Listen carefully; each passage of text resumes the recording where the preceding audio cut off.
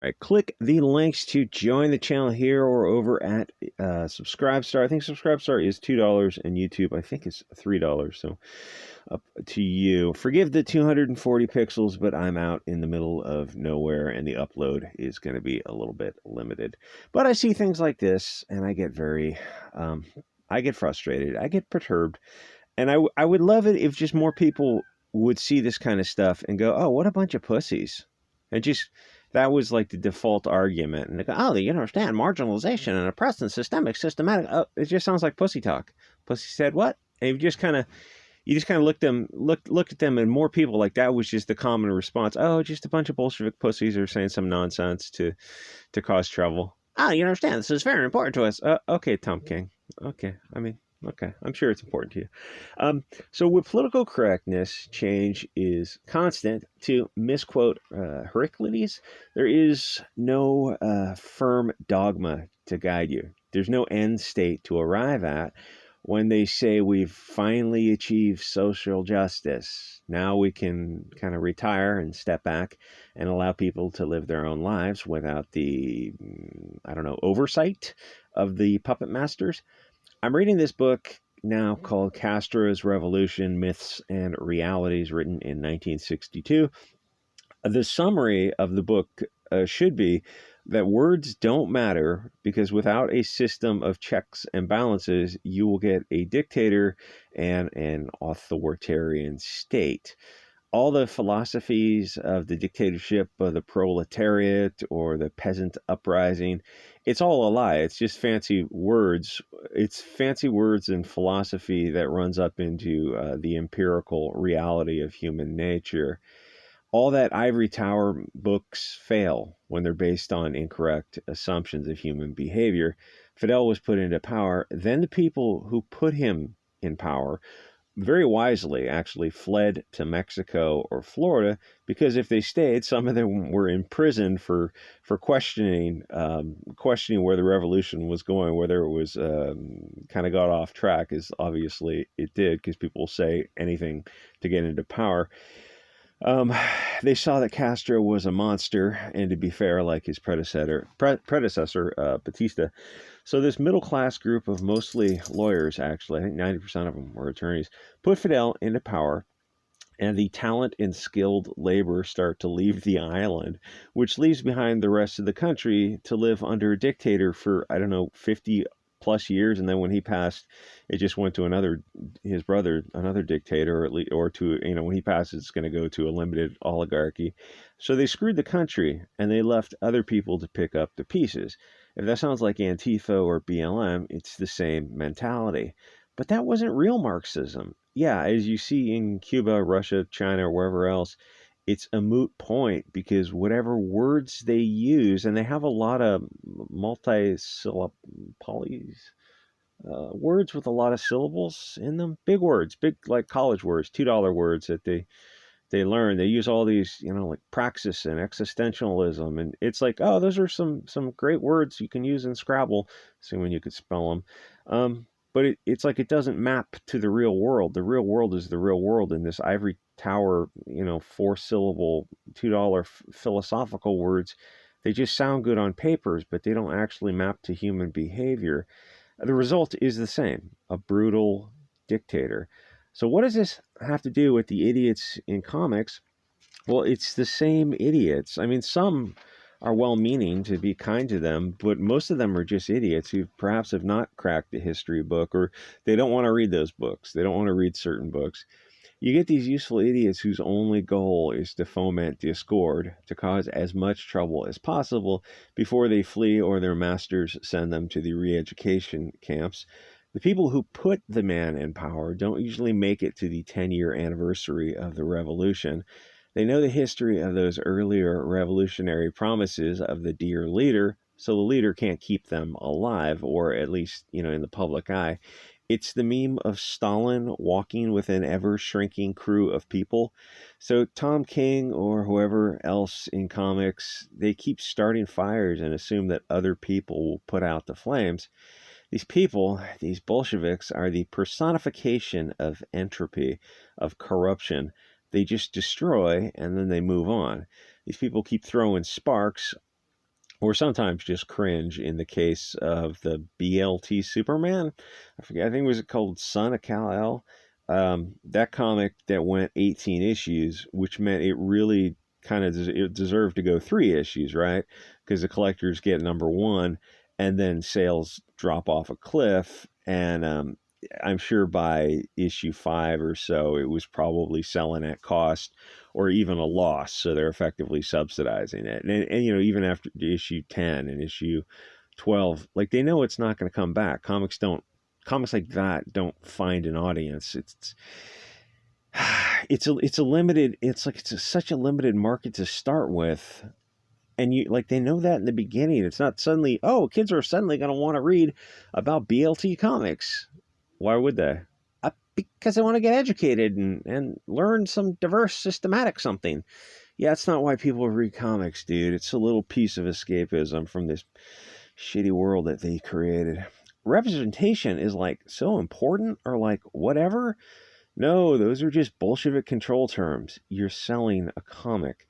Whatever sells is important, but they have a conflict because their goal is not to sell comics. It's to push mostly anti-white hate, which by now you have to be cognizant of. Or not in all cases, but the goal is to push globalism and destroy nationalism, to destroy order and structure as much as possible. I have become cringe, destroyer of worlds, and I beheld a pair doge, a Sheba, and a funny little racist frog who said, "Cry havoc and let slip the memes of war." Hey, bigot, you don't understand. These cringy comics are meant to achieve social justice. I don't know how they intend to do that when the comics sell so poorly. I can't for the life of me understand why someone buys the BLT Superman and the story of his purple haired um, boyfriend, even for 18 issues, which is a shock. There's no way it deserved to go 18 issues, and I would love to know how low the last few issues were selling before they have to get like even before they have to admit like, okay, this is costing the comic book stores money because it's selling so few. But those great digital sales, yeah, except there's no like hard numbers for digital sales. I know I think it's that girl is who I like. I like that chick who says comics are doing just fine. You're like, no, they're not. I can read the comics. I know they're not just. It's like if you're telling me that Lotta was outselling, some other company. It's like, no, you can't. Nobody believes that because we've seen the car for itself. It goes 30,000 miles and then you have to rebuild the engine.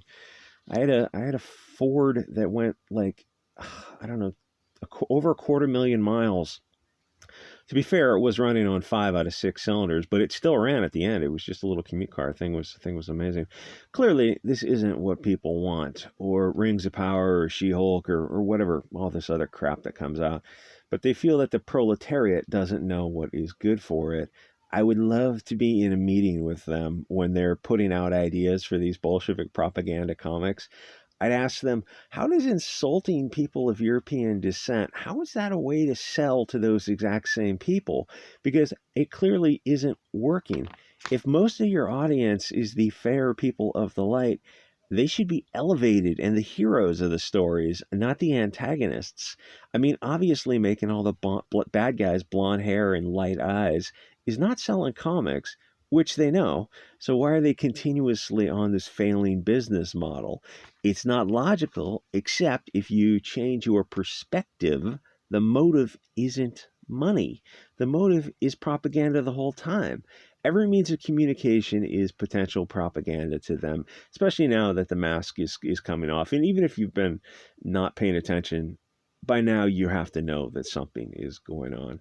Everything to them is a chance to control the narrative, which is why we are where we are now, because they painted themselves into this corner instead of in Immortal Hulk, where he used issue number 1, by the way.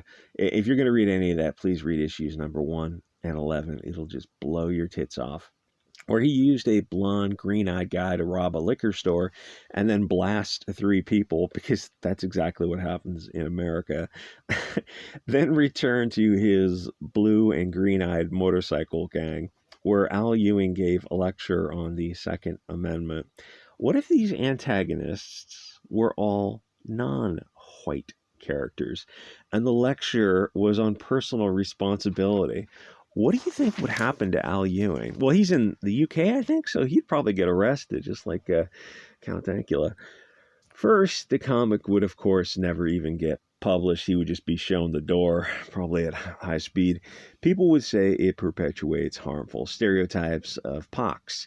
So instead, it perpetuates harmful stereotypes of the people of the light, which should be obvious.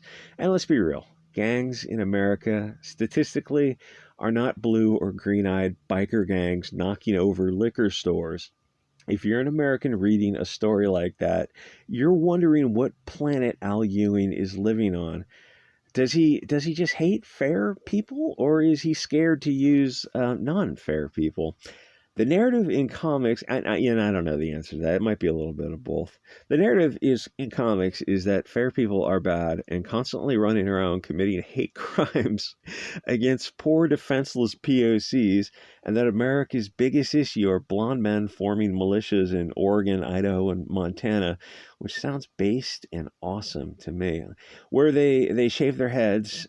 I say this with a shaved head, unfortunately, and have a bunch of, I don't know, Norse symbology or MAGA hats. I don't have any Norse symbology or MAGA hats, and are constantly running around committing mass acts of malum in se type of stuff. That, in fact, is not what is going on in America.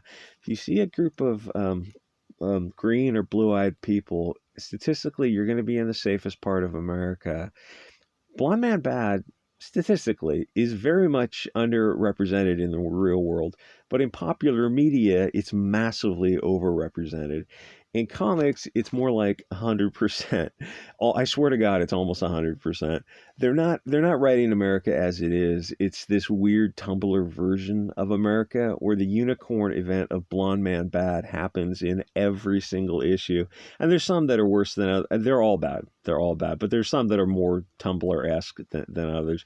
America's biggest problem is not some lady reporting a coal barbecue in a gas-only area. And the funny thing about that is the lady wasn't white. She had pitch black hair. She was Mexican or Indian, but she wasn't European. And the coal in the gas area was the reason she called the cops on him or called the city council or whatever, because where do you dump the coals? You think the guy was going to carry the hot barbecue full of hot coals over to the coal area and dump those coals properly? No, he was just going to dump the hot coals on the ground. He was in a gas area using a coal stove, right? He was just going to dump that on the ground, let someone else cause a fire, or let someone else clean up the waste. And when the media reported the story, I don't even know if they called her white because, like, very clearly, you knew she was something else. She wasn't. But they didn't report on the issue of the coals to ask the guy, like, oh, should they have called the cops? It's like they never interviewed the guys to ask them, so where were you going to dump those hot coals? Oh, I was gonna take them over to the coal area and dump them over there. A hot barbecue full of hot coals. You're gonna carry that by hand? Why didn't you just barbecue over there in the first place? I mean, you understand the narrative. When the media is controlled by people who want chaos, you're going to get chaos, and you're going to get. I mean, there could have been two ways to report that story: the honest, unbiased way, which would have been the opposite of the way it was reported. it's it's challenging to discuss. Anyway, so the media blew that story up, but the daily Chicago deletion type of thing that gets absolutely ignored. And I think in current year it might cross into 3 per day on average. That's how bad things have gotten in Chicago. At some point, even the sleeping normies has got to wonder why the media ignores some stories to focus on these unicorn events. But the corrupt media is not gonna, like, it's like people ask the corrupt media to report on the corrupt media or the corrupt government. Oh, well, the FBI will go arrest the FBI so we're gonna bring this information to the corrupt media so that the corrupt media is gonna like shame the corrupt FBI and the corrupt Department of Justice to arrest itself. No, that doesn't make any sense. And like, there's a lot of people on this kind of middle ground of the right who you have to tell that to and go, yeah, your model is going to have to change. the solution doesn't come from. This is getting off into way-based territories. Am I saying 4 militias in Oregon, Idaho, and wherever? Yeah, that sounds like a lot of fun, actually. Anyway, like, comment, subscribe, and I'll see you guys next episode.